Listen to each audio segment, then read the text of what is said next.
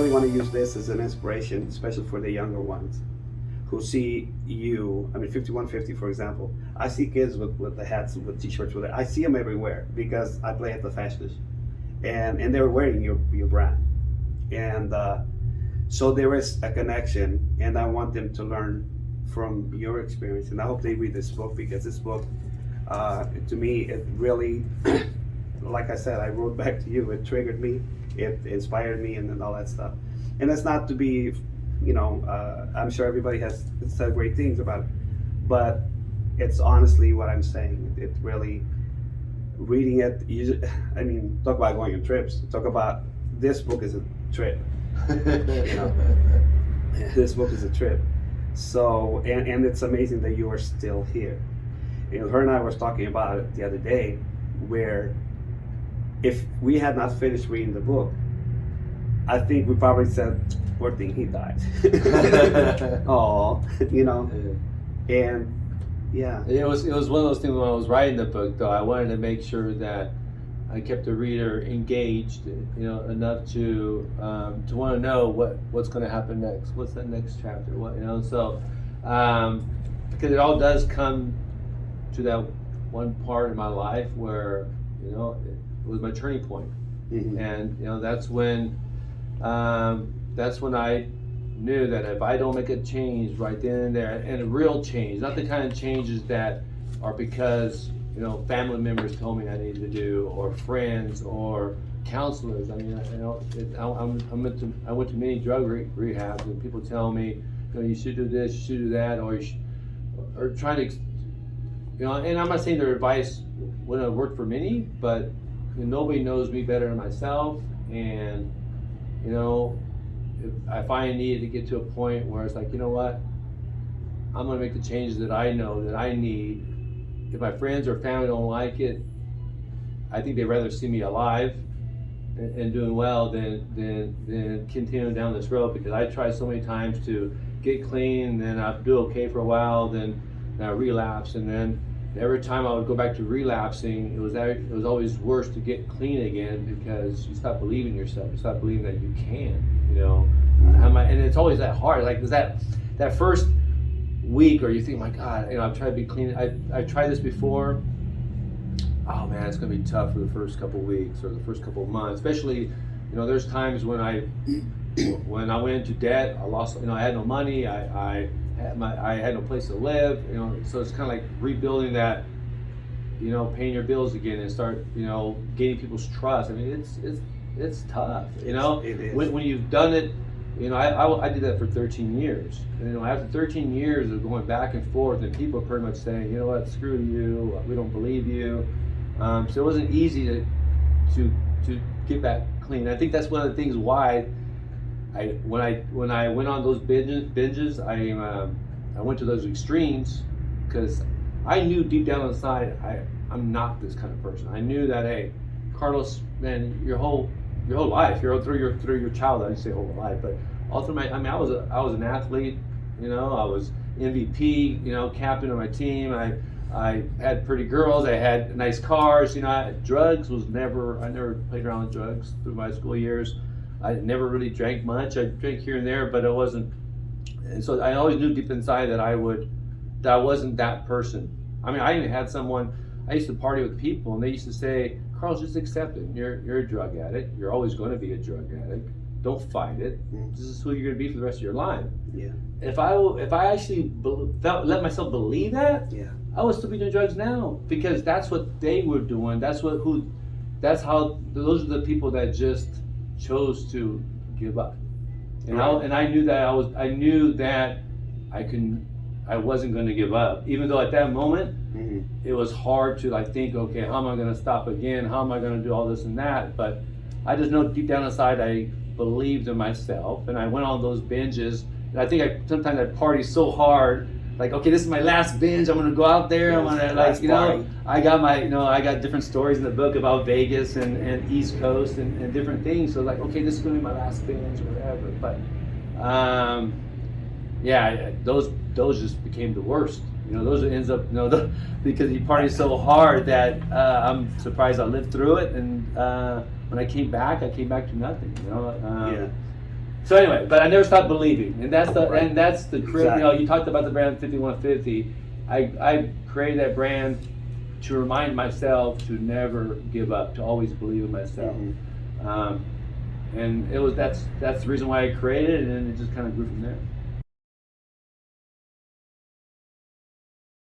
Addictive personality always craves excitement, and I, in my part, I have to be busy. I have to, if I'm not counseling somebody, if I'm not doing something that has a purpose, then I'm doing music which has another purpose, which is my escape, but there's a challenge in the music, just like you. I cannot compare the driving with the music, but you drive, you concentrate. I do music and have to concentrate on each instrument, each note, everything. So it's my escape also. And the purpose of it too is to send a message also, as far as the music. I struggled with alcohol addiction, went to treatment. You struggled with drug addiction, went to treatment. And your part that you say, I truly think that there's not one pill for everybody.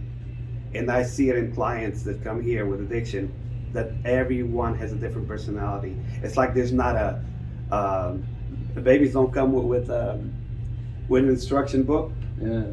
People don't come with instruction books. The clients don't. We have to figure them out and treat them according to their personality, culturally too.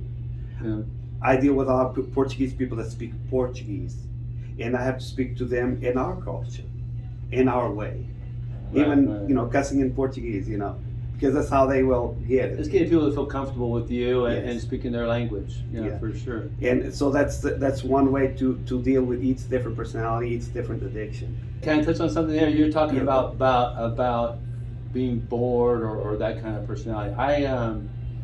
That's probably one of the biggest things that I struggle with. I get extremely bored really easy, Yes. and so I have to face that and understand that. So my wife sometimes wants me to go home and sit down with her on the couch and watch TV.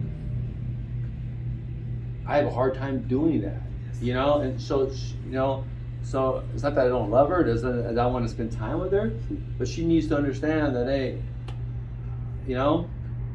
that's not who I am, and so I'll take off and go to work and do some work or go outside and go do something or whatever else. So I do, but because at the same time, so she respects that and gives me that, the opportunity to go do what I need to do. And I got to make sure that I make time to spend a weekend with her somewhere and take off Right. and go spend that time with her too. So it's that learning how to make it work, because it's just who I am. And Exactly. And some people say, relax, stay home.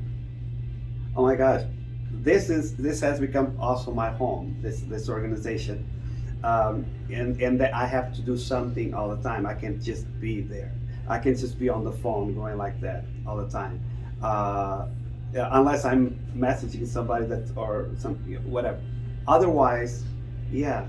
So again, I write a song, and then once I start, I have to finish. So therefore, it keeps me busy, trying to figure out words, all that. So it's good. So we all have a little something to occupy our minds, because there's a part here. I say an empty mind is a very dangerous place to be in, and it's something that we have to escape. We talked about secrecy and the shame are typical for an addict. Of course, being in our Portuguese community, you're known. I am known in the Portuguese community. Wow, trying to keep it a secret. yeah, well, I guess keeping it a secret went out the door with this book, right? No secrets. And by the way, there's like different codes right here. Yeah. So that's probably one of the questions that I get asked the most is, Carlos, why did you write the book? And I'm 49 years old. I spent about a little bit over a year writing this book, and I knew I've been clean out for 14 years. I've been trying to do something positive over the last 14 years. Right? I've been doing things through my foundation, doing things through my work, through my employing people, growing the company, expanding. Trying to do positive things with the brand 5150. Mm-hmm. Trying to trying to push the positive message that the brand's all about, but nobody really knew the truth of the whole story, right? Right. I mean, they ask, how did you create the brand, or why did you create the brand in 5150? I kind of said somewhat of the truth, but the real truth, nobody ever knew about until I wrote this book. The true meaning, or the when it came to my mind, why it came to my mind, and that was the chapter of the night, and through the decision to go racing and creating the logo and all that, and so anyway, so I over these last 14 years or 13 years when I started writing this book was, what more can I do? What more can I do besides what I'm doing now? What more can I do? And I thought, the best way I think to help is just tell my story. Just tell it, because what's really the worst thing that's going to happen, right? I have, I would never wrote the book with only maybe 2-3 years clean or 4 years clean. I wouldn't write. I knew I had to have a period of time. So I knew I needed that. I know as long as I had that amount of time, I could write the book. But what was going to happen negative, or worst thing could happen? I got a family that loves me. My kids love me. My wife loves me. My parents love me. I have a good job. I feel solid in my life, where I'm not going to, all of a sudden slip and do drugs, even though we always got to be careful of that, right? I mean, we always got to be aware of that. But I just felt that the one biggest impact I can do is just tell my story, and hopefully my story itself will change lives and make a difference in others. Because if I can do it, it's one of those things, right? You hear it all the time. If I can do it, then anyone can do it, type of thing. And the book talks about how bad I was, and I mean, I was no joke. I mean, I was as bad as they come. And 14 years later now, I mean, I'm hopefully making changes in people's life, positive changes, and doing something good in my life. Yes, and I could have been that public figure that I've been for 30 years in the community. Kept it a secret, gone back to stages and but that turning point when I went to the hospital, I was in coma for a week for alcohol poisoning. There was a purpose for that, and I saw that purpose in treatment. And then I was like, I am not going to keep a secret about this. I need to tell people that I went through this, so that therefore I can save somebody's life, possibly. And we as an organization have saved a lot of lives. I know we have, if not at least extended some of it. So that thing which brings me to race to end the stigma.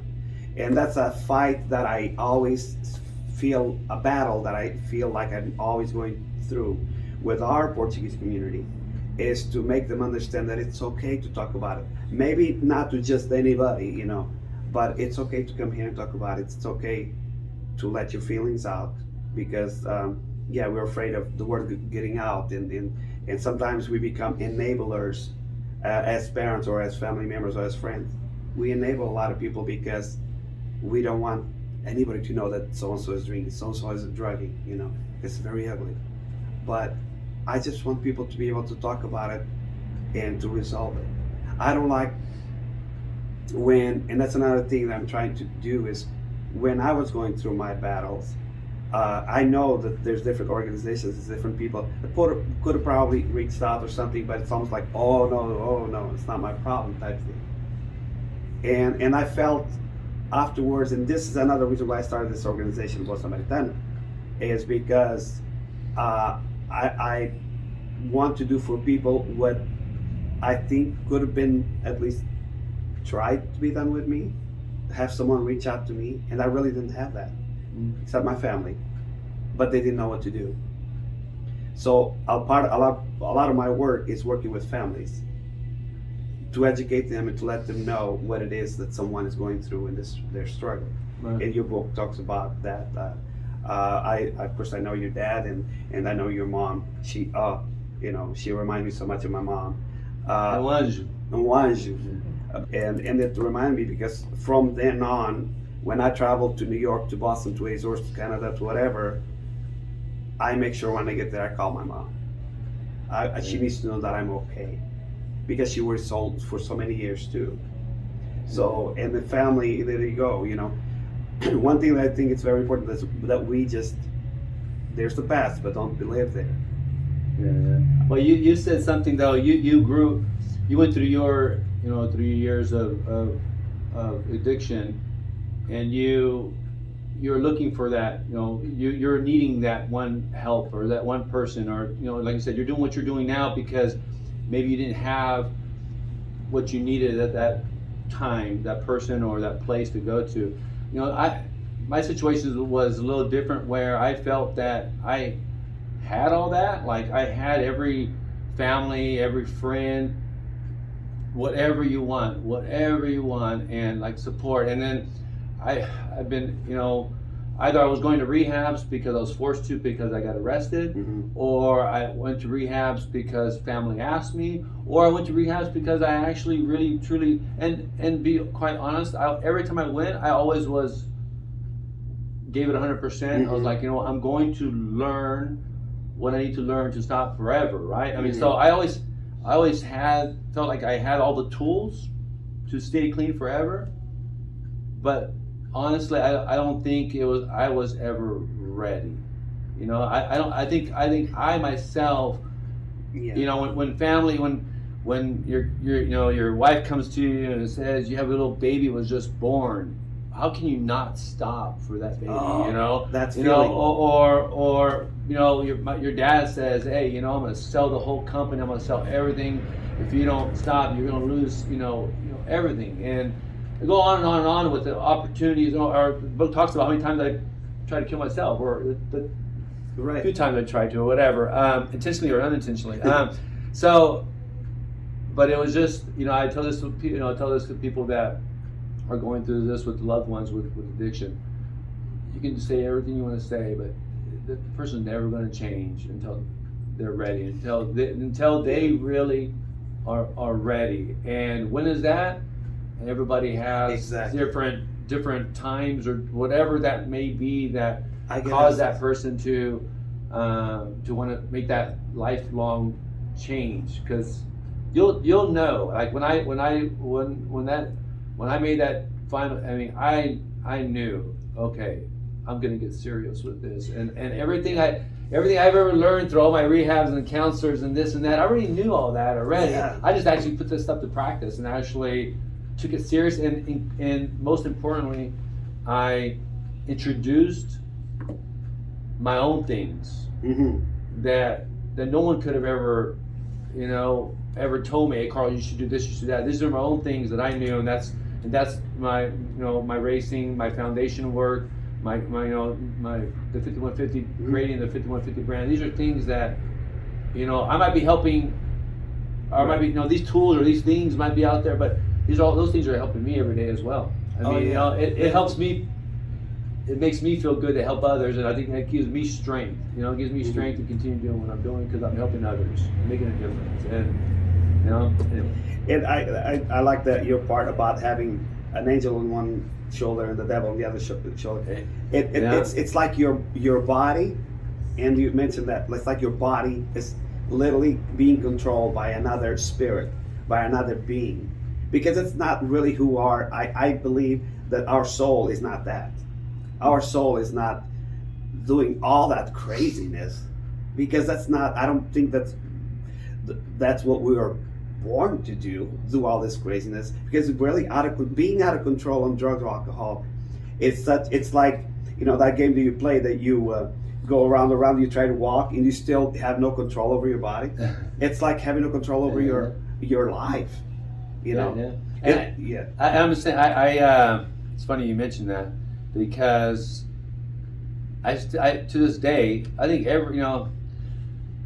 when you are an addict as much as as bad as I was, and you've gone through as much as I have, and you've seen the ugly side of addiction, and you've experienced, and you've been places, and you've met the worst of people, Mm-hmm. And you've been you've been pushed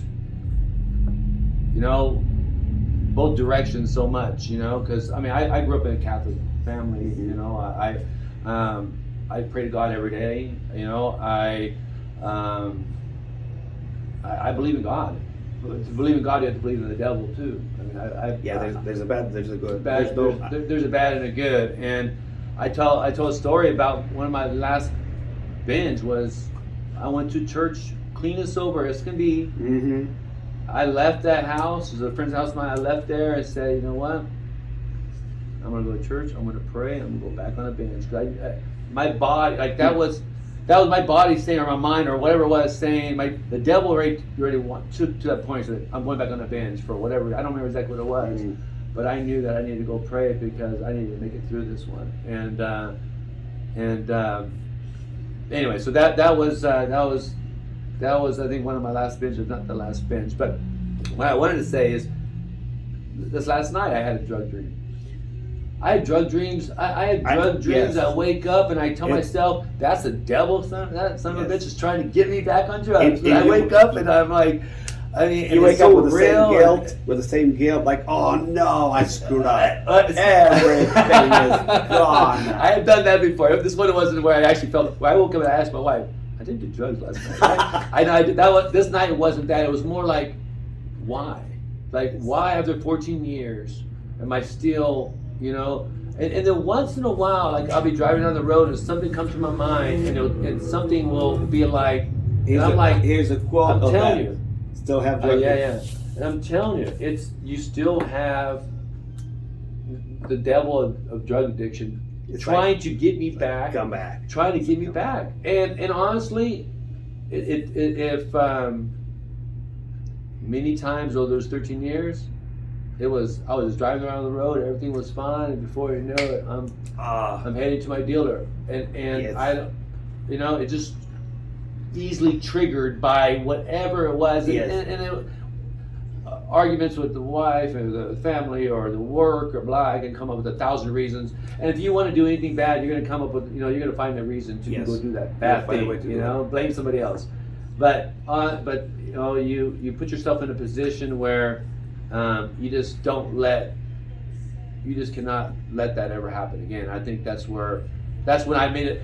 I put myself in a position in my life now where I cannot let that ever happen, and I have more reasons to not ever let it happen. Right, because I mean, we have people looking up to us in a sense of as an example of staying sober and clean, and then I think I would fail the people that we've been helping if I don't live that example for them. Our actions speak louder than words a lot, and I think it's a very big responsibility that we take on as far as for the community, because we have to be strong for ourselves and be strong for them too, because if we fail, then it's almost like, well, look at him, I've seen examples of that. Well, he went to treatment. Oh, well, he's and that you mentioned something very important. That's, well, how long is it going to take for you to go to treatment, or how long are you going to wait until you stop?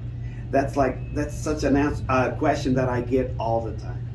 My son, or my daughter, well, how long is she going to be? And I can never answer that question. Yeah. Because change comes with it. Literally, change comes from inside out. And if and it's something that we have to understand, that the person has to allow themselves to change. We cannot force anybody to change. Right. In any situation, and so, and that's something that's very important to me, is for us to also about the stigma and making people, having people understand that what took 13 years on your part and about 15 to 20 years on my part to really stop, because the last 5 years were chronic alcoholism. So what that it took time. It took something to happen, for us to really make that decision. So. Yeah, can I touch on something though, CJ? And I agree with you that it's important. It's important to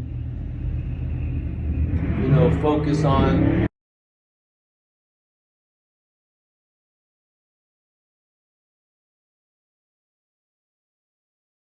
Staying clean, being sober, for family, for friends, for for the good work. But you got, I believe also too, you have to have how can I say this? You have to have this desire to be clean for yourself as well, like kind of selfishly in a way where I want to do more with my life. Like I don't want to look back at my life when I'm old or whatever and say, okay, what did I do with this? And so I constantly, I think that's probably the business side of me is I want to be able to grab the opportunities that have been given to me and do something positive, grow things, build things, do something. And so it's like I think that's what drives me in my business is like, once when my father, let go of the company and said, okay, that's when I thrive the most. You know what I'm saying? When give me the responsibility, let things go, and watch me. Watch me, watch me do what I do. If you have that, but if you're, on me and trying to control me, then that's when well, then you don't need me. Right. If you're gonna, control yourself, then so there's no. It's. I think there has to be. People need to find out what they need to do for themselves, that maybe is for themselves. Like, perfect example is my racing. My parents didn't support my racing. My mom always prays for it. She doesn't care. But racing is a selfish thing. I mean, you're basically doing it for yourself, even though you are a team, and I get that, all that. But it was that one time where I'm at the racetrack and I'm going to pull onto the racetrack. Onto the racetrack. The lights are up. The fans are going, and I'm there and I'm just focused. I'm not thinking about work. I'm not thinking about nothing. Family or anybody. I'm just thinking about me, the racetrack, and how am I going to be the best I can at that moment. And I chose to race, and I believe it's one of the things that actually just saved my life. It's one of the things that saved my life, and many of the other things that you just talked about. Right. Doing it for all the other reasons too. Yes. But I believe that was one of the missing links. Was I found something? It could be whatever hobby. It could be yours, music, right? Yeah. Some people, you ask them, what are you interested in doing? And some people just don't have anything. Right. And I think they need to find that one thing. Yes. That one thing that they're doing it for themselves, because that might be the one thing that changes their life forever. But no one can tell you. People tell me, well, why don't you go do this? Why don't you take up golf? Why don't you? I know no one can ever find that, and I think it's important. I think it helps if someone can find that to make lifelong change. Yeah, I think it's part of finding ourselves. Finding that's part of ourselves. And you mentioned something that reminded me. I always tell people, because it's very important. It's not selfish to take care of self. Okay, it is not. A mother would not be able to nourish a child if she did not nourish herself. So therefore, I always use this example. You need to take care of you. If you want to care about your family, if you want to work for your family, you need to take care of you first. You need to prepare, and that's not selfish. I don't see it as being selfish. I see it as doing it for self, so that you can do it right. You said it better than I did, but we're talking. We're saying the same thing, and I think that's important. Like you said, it's. None of it would even exist if you don't take care of yourself first. Right? You wouldn't be able to do none of it. You couldn't be able to do none of it if you don't take care of yourself first. And so I try to do that, mentally and physically. I try to work out, try to stay healthy, and try to do all the things so I feel good and so I can do good things. Yeah. So you were here with Carlos Vieira from Carlos Vieira Foundation, and we had this great conversation that I was so excited to be able to get him here, and I love his humbleness and the way he is such a person that will answer my text message. I'm not worthy. But what a humble person, and what you're again, you remind me of some of the clients that come through. You're a handsome young guy. You work very hard. You went through hell and back, and you're a survivor. And all I can say is congratulations. And I know that this book will save lives in your organization, and all it stands for, Race for a Drug-Free, Gloves Not Drugs. Your organization, the 5150, has actually donated funds for us. We're on your list of funds that you guys donate to different organizations. So for that I'm very thankful. I'm very happy to cooperate on the San Joaquin Valley. The San Joaquin Valley Portuguese Festival. San Joaquin Valley Portuguese Festival, yes. I did it the first time in Julio. I don't know how Julio does it, but in Elena. Yes, What a wonderful person. Yes. My daughter Elena. Yeah, his daughter Elena. Yeah. And they work so hard, and they are so professional. So this year I'm again dealing with the artists and then the part of the entertainment part, which it's always exciting. And gosh, you had thousands of people in 2019, and then people were like, yeah. We had over 15,000 people, and we just today we met a little bit this morning to talk about this coming up festival in August. So we're looking forward to hopefully doing it bigger and better. And I think everybody's looking forward to getting back, getting together, having some fun, and I know, putting 2020 behind us for sure. Yeah, and in the next year and the years after, we already have sort of a lineup, and we'll see how that's going to go. And we're having meetings with some management of the entertainment industry in continent Portugal and different places, working that with Julio and Elena. And I'm trying to do that. It's very exciting. First of all, I need you publicly to sign my book. Actually, I have some fans that want you to sign the book too. So.